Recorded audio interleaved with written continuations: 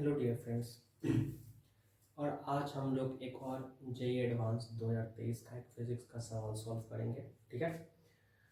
अब जो फिजिक्स का ये सवाल है वो 2023 जेई एडवांस में पूछा गया था। ये मल्टीपल चॉइस क्वेश्चन का है। ठीक है। तो मल्टीपल चॉइस क्वेश्चन मतलब इसमें एक से ज़्यादा आंसर सही था। ठीक है। अब यहाँ से देखो क्वेश्चन क्या था। क्वेश्चन था कि अ slide with a frictionless curved surface which becomes horizontal at its lower end। मतलब बोल रहा है कि फ्रिक्शन लेस कर्व सरफेस है। एक ये स्लाइड जो है फ्रिक्शन लेस कर्व सरफेस है, मतलब फ्रिक्शन नहीं है तो फ्रिक्शनल फोर्स हम यहीं हटा दिए। ठीक है। अब बात आ गया कि is fixed on a terrace, किसी छत के ऊपर, जैसे हमारा छत है, छत के ऊपर ये स्लाइड ऐसे लगा हुआ है। ठीक है। अब बोल रहा है कि टेरेस ऑफ अ बिल्डिंग, मतलब एक ऐसा बिल्डिंग है जिसका खुद का हाइट है 3h from the ground, ground से as shown in the figure. Figure हमारे पास यही दिया हुआ था क्वेश्चन में। ठीक है। और a spherical ball of mass m, छोटा सा मास m का ये बॉल है, मास m का जो ये बॉल है इस पॉइंट से रिलीज किया गया। ठीक है। मान लो कोई पॉइंट है, ऐसे भी तो कुछ पॉइंट हमें माने थे, कुछ हम लोग एक पॉइंट मान लिया। ऐसे ए यहाँ पे था तो हम स्मॉल ए ले लेते हैं। ठीक है। स्मॉल ए पॉइंट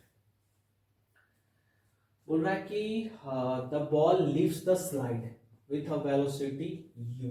इसको देखो, यहाँ से जो ये जो वेलोसिटी जो है, सॉरी जो बॉल जो है वो स्लाइड को u नॉट x कैप से यहाँ से स्लाइड को छोड़ता है, मतलब जस्ट लाइक एक कुछ नहीं है, मैं अभी तुरंत बताता हूँ। And falls on the ground at a distance d, और जो ये गिरा है वो ये आकर के यहाँ पे डिस्टेंस d पे गिरा है। मैं इसको पॉइंट b बोल देता हूँ। ठीक है। d from the building making angle theta, तो ये जो है वो बिल्डिंग से थीटा एंगल बनाता है। तो इसको थोड़ा सा हम क्लियर कर लेते हैं कि ये थीटा एंगल ऐसा कुछ है। ठीक है। थीटा एंगल ऐसा है, तो ये जो एंगल है वो बिल्डिंग से थीटा एंगल बना करके गिरा है। ठीक है।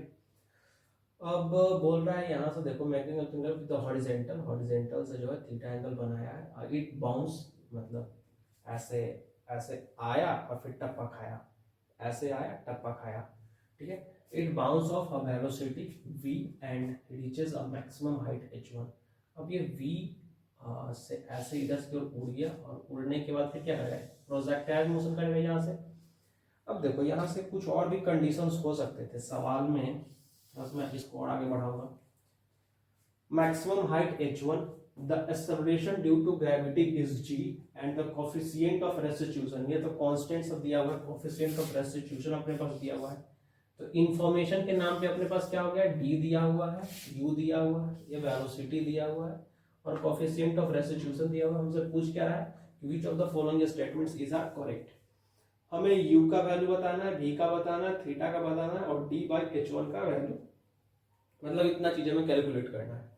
अब देखो सिंपल सी बात है क्या है कि क्वेश्चन आया कहाँ से है, तो ये आया है हमारे पास फ्री फॉल का। याद करो बात, तो फ्री फॉल में क्या होता है, किसी बॉडी से किसी हाइट से कोई बॉडी गिरा, ठीक है, तो उसमें हम लोग क्या करते थे, पोटेंशियल mgh, बस यहाँ पे क्या हो गया, देखो यहाँ से ऐसे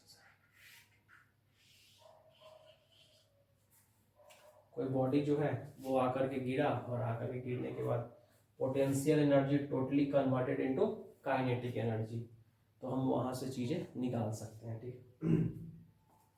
तो ये फ्री फॉल का केस है। अब ये फ्री फॉल एक तो है कि यहाँ से ऐसे हम पकड़े और ऐसे गिरा दिए, ठीक है, दूसरा हम ऐसे फेंक दिए, तीसरा हम नीचे की ओर फेंक दिए, चौथा हम ऊपर की ओर फेंक दिए। तो ये सब 3-4 केसेस होते हैं।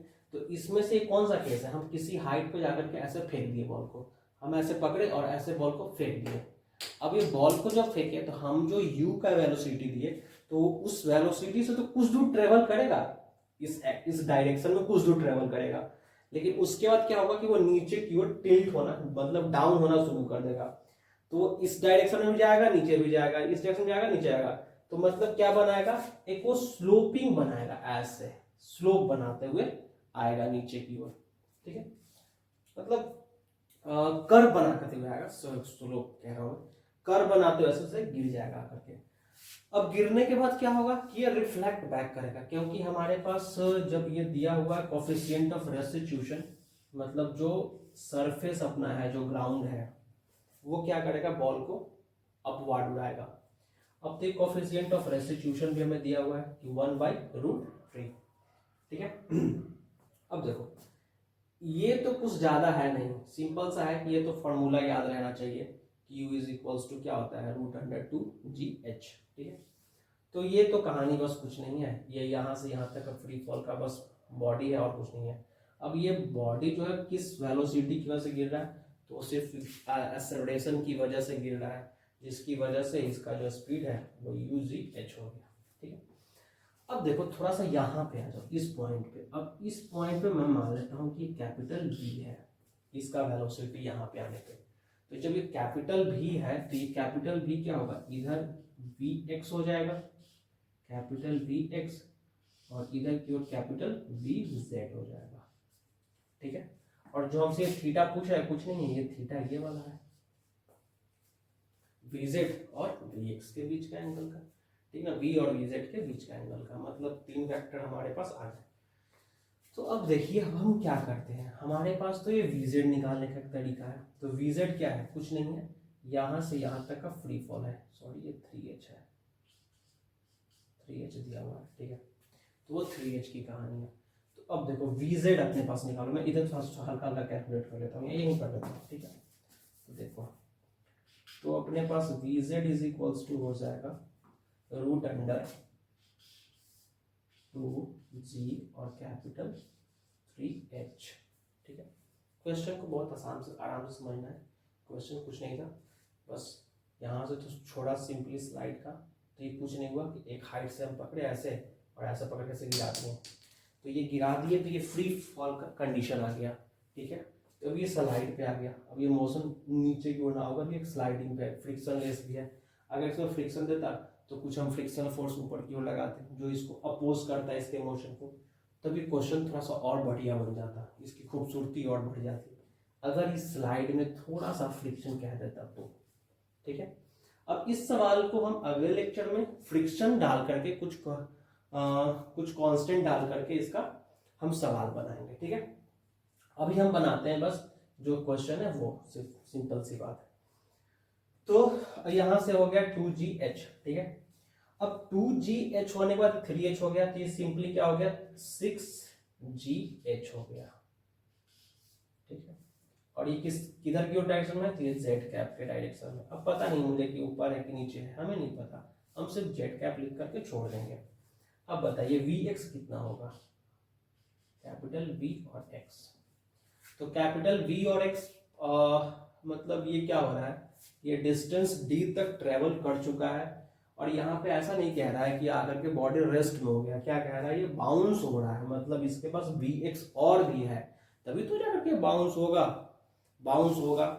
अब बाउंस हो रहा है तो बाउंस होने का मतलब क्या है कि उसके पास दोनों डायरेक्शंस की, मतलब ये कन्वर्ट हो जा रहा है इधर की ओर, ये कन्वर्ट हो जा रहा है इधर की ओर।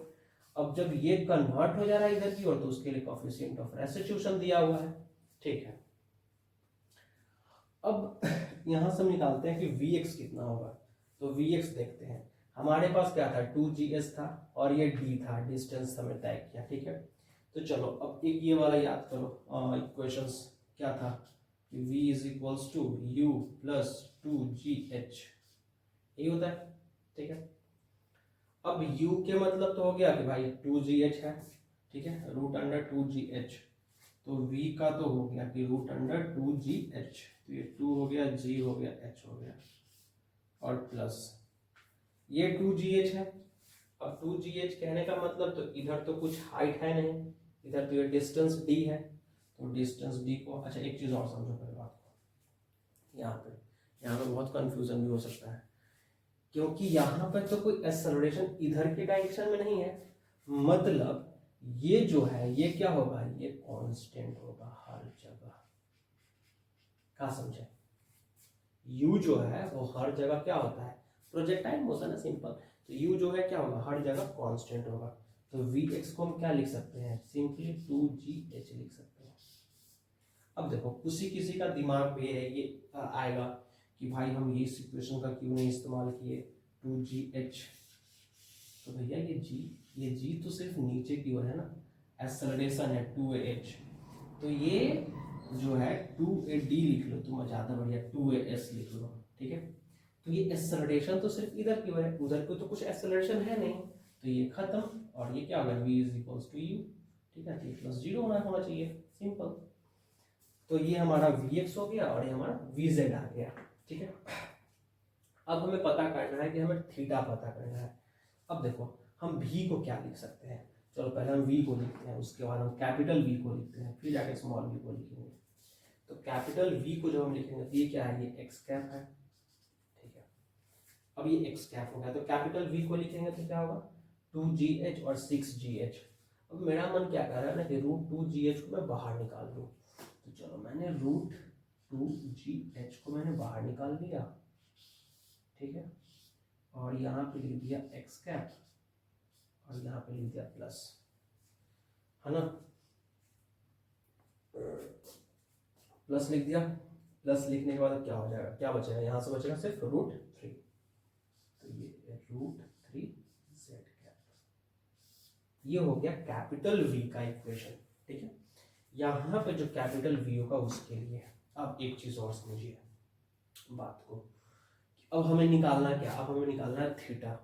तो थीटा कैसे निकलता है, तो थीटा निकलता है कि जिसके साथ है वो अब बटा इधर वाला, सिंपल सा याद करने का तरीका है ना। तो जिसके साथ है वो समझो यहाँ पे, तो अब थीटा इक्वल्स टू क्या आएगा, तो इसका मैग्नीट्यूड देखो 6gh और ये मतलब क्या हो जाएगा, theta equals to tan theta is equals to √3। तो यहाँ से क्या हो गया, थीटा बराबर 60 डिग्री, और ये इक्वेशन भी सॉल्व हो गया। अच्छा, अब हमें यहाँ पे जो ये ऑप्शन बी कह रहा है वो स्मॉल v के लिए कह रहा है, तो अब स्मॉल v का क्या होगा, जरा सा देखो बात को, ये स्मॉल v का क्या होगा, हमें कोफिशिएंट ऑफ रेस्टिट्यूशन दिया हुआ है, कोफिशिएंट ऑफ रेस्टिट्यूशन दिया हुआ है, देखो कोफिशिएंट ऑफ रेस्टिट्यूशन, बात को समझो भाई, coefficient of restitution, coefficient of restitution हम मान लेते हैं, बोल देते हैं अल्फा, अल्फा का वैल्यू है 1/√3, ठीक है।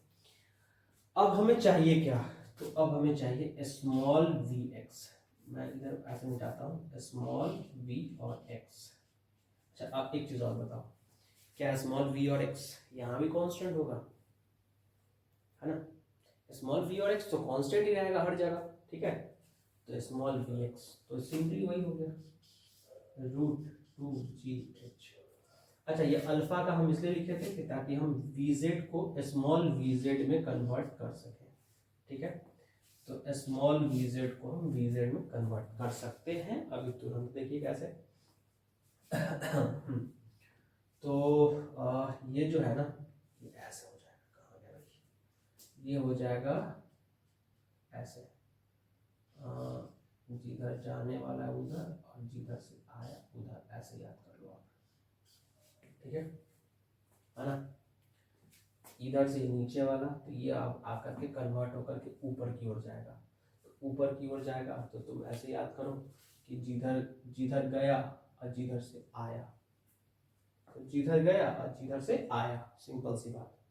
तो जिधर गया और जिधर से आया, तो हम स्मॉल vz को क्या लिख सकते हैं, तो स्मॉल vz को हम लिख सकते हैं √6gh था ना अभी, और बटा में √3। अब ये कट जाएगा तो बताओ क्या बचेगा, तो ये बच जाएगा 2gh, ये भी बच जाएगा z कैप, ठीक है, और ये बच जाएगा x कैप। अच्छा एक चीज और देखो, यहाँ पे देखिए थोड़ा सा मिस्टेक, हल्की सी मिस्टेक कहाँ पे हुई है, सो एक चीज देखिए, ये क्या था, ये तो निगेटिव जेड की ओर, क्योंकि हमारा जो कोऑर्डिनेट दिया हुआ है ऊपर की ओर पॉजिटिव और नीचे की ओर निगेटिव का बात है। तो अब एक चीज और समझिए बात को, कि क्या हम इसको प्लस लिखे या माइनस लिखे, ये भी एक बड़ी बात है। तो हम यहाँ पे माइनस जेड डायरेक्शन में गया है ना, तो हम यहाँ पे माइनस जेड डायरेक्शन लगा देंगे, ठीक है, माइनस जेड कैप। तो कैपिटल V ये हो गया, और स्मॉल v की हम बात कर लेते हैं, तो स्मॉल v की जो बात हो जाएगी, अब देखिए यहाँ से 2gh और 2gh, तो ये 2gh रूट अंडर में आ जाएगा और ये x कैप और प्लस z कैप, ये हो गया। तो यहाँ पे ये माइनस लगा हुआ है कंफ्यूज करने के लिए कि तो कहीं बच्चा इसको ना समझ ले, ठीक है। तो ये ऑप्शन जो है वो गलत है, ये ऑप्शन सही नहीं है। अब उसके बाद आया कि हाइट क्या होगा, है ना। उसके बाद आ गया h1, तो h1 तो सिंपल है प्रोजेक्टाइल मोशन के लिए, है ना। प्रोजेक्टाइल मोशन के लिए h1 तो सिंपल है अपने पास। अब हम h1 में चलिए, अब देखिए h1 इज इक्वल्स टू क्या होगा, तो h1 is equals to simply क्या होता है, टाइम हाइट ऑफ प्रोजेक्टाइल। तो हाइट ऑफ प्रोजेक्टाइल का मतलब उधर वाले का इधर वाले का जिसकी वजह से ये जा रहा है ऊपर, किसकी वजह जा रहा है, वो vz की वजह जा रहा है, तो vz स्क्वायर बाई 2g, ये सिंपल फार्मूला होता है। कहोगे तो एक आधे दिन पूरा सबको डिराइव कर दूंगा सारे फार्मूलाज को, ठीक है। तो ये vz स्क्वायर बाई 2g हो गया। अब ये vz स्क्वायर बाई 2g को अब सॉल्व कीजिए, तो vz स्क्वायर क्या आया था, vz स्क्वायर इक्वल्स टू यहाँ पे है ना, root under 2gh by 2g। तो ये रूट अंडर 2gh तो सिंपली 2gh को हटाएंगे और यहाँ भी 2gh ही आ जाएगा, तो कट कर क्या बच जाएगा, सिर्फ सॉरी ये 2g, तो ये बच क्या गया सिर्फ स्मॉल h, ठीक है।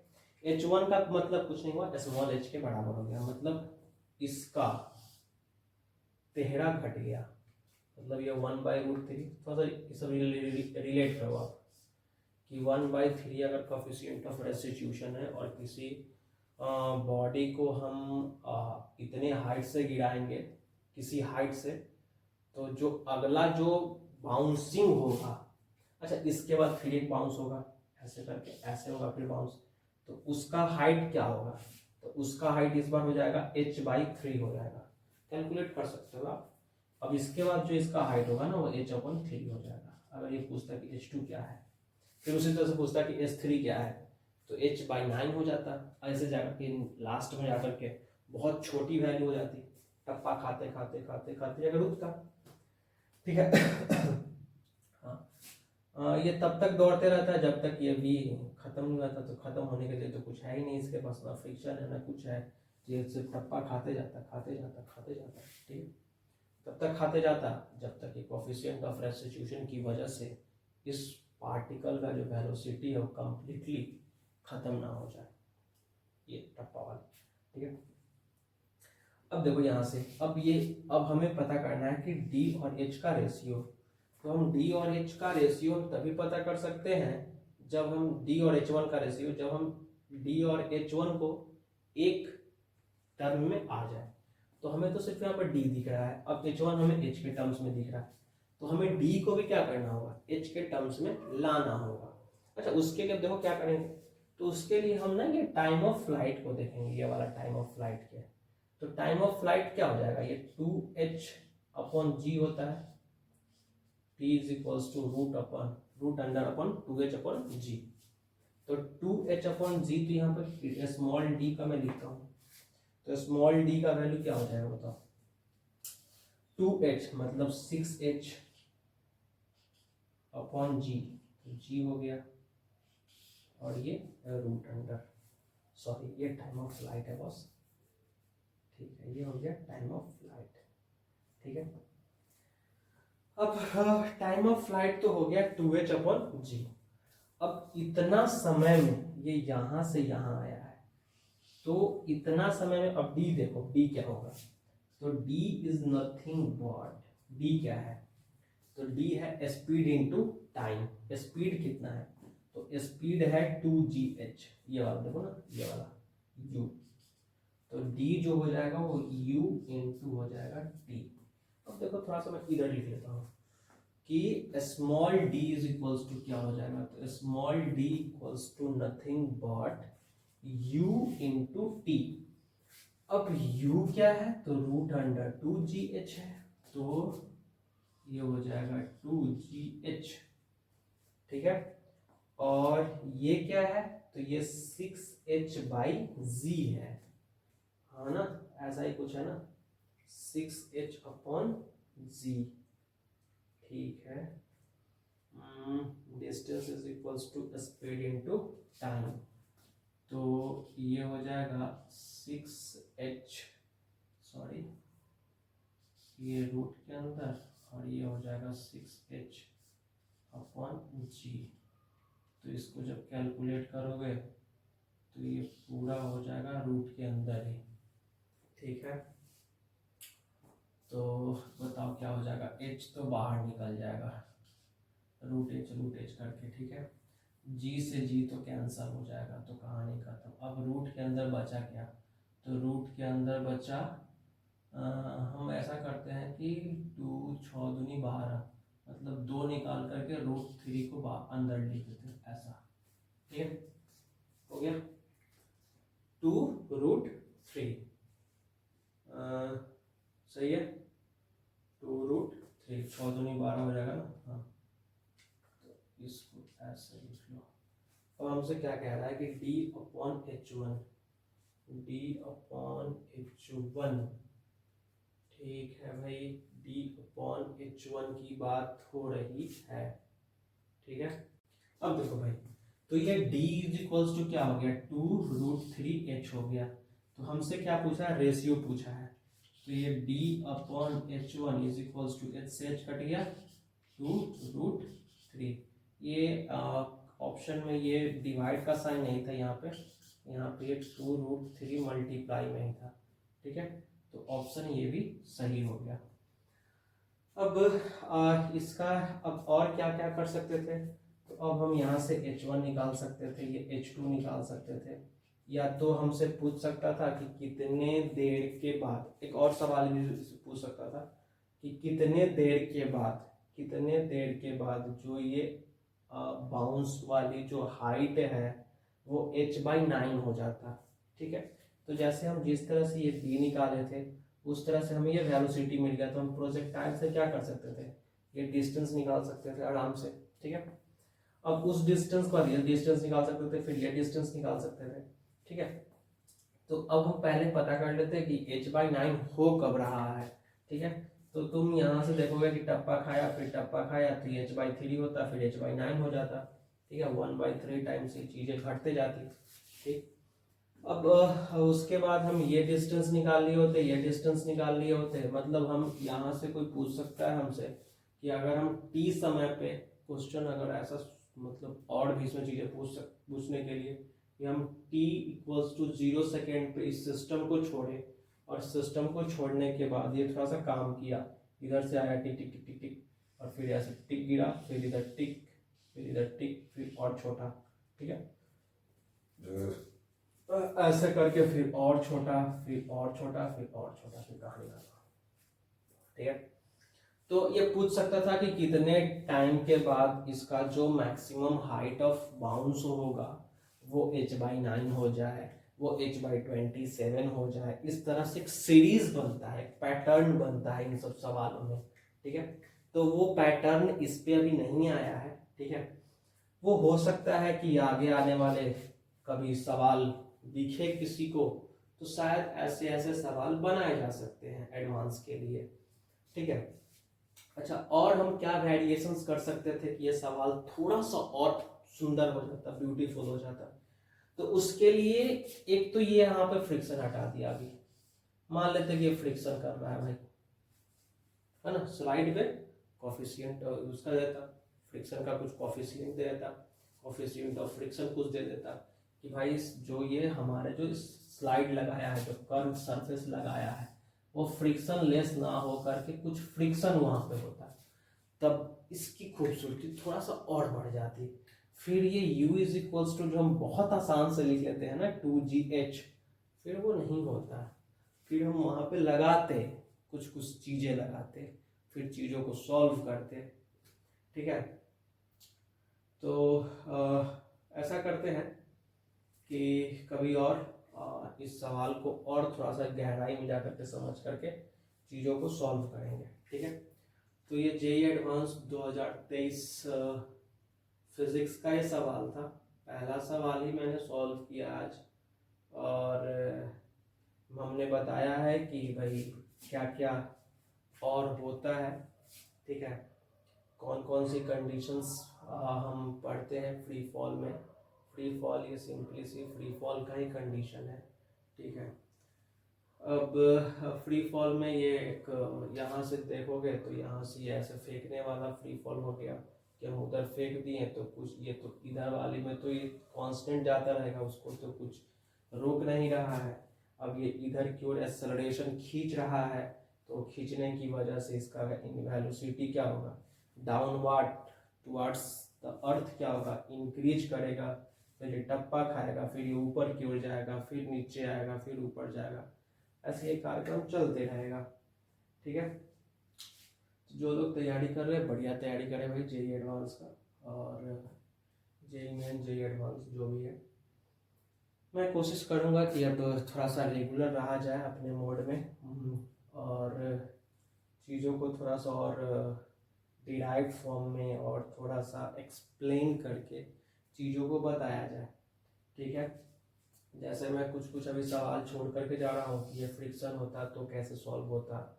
अगर इसका हाइट h/27 पे हमसे पूछ देता कि अभी हम जो सिस्टम है t=0 पे हमने स्टार्ट किया 0 सेकेंड पे, तो उस समय का टाइम बताइए जब जो ये टप्पा खाने वाला जो सीरीज है वो जाकर के हाइट जो है कुछ हो जाता, मतलब small h is equals to कुछ मान लो h'=h/27 होगा, तब उसका टाइम क्या रहेगा, उस समय पे ये बॉल कहाँ पे रहेगा, ठीक है।